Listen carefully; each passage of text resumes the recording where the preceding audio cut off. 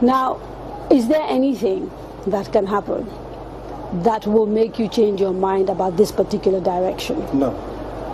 So it is either Biafra or nothing else? Or death, yes. Or death? That's correct. If push comes to shove, yes, will you go to war?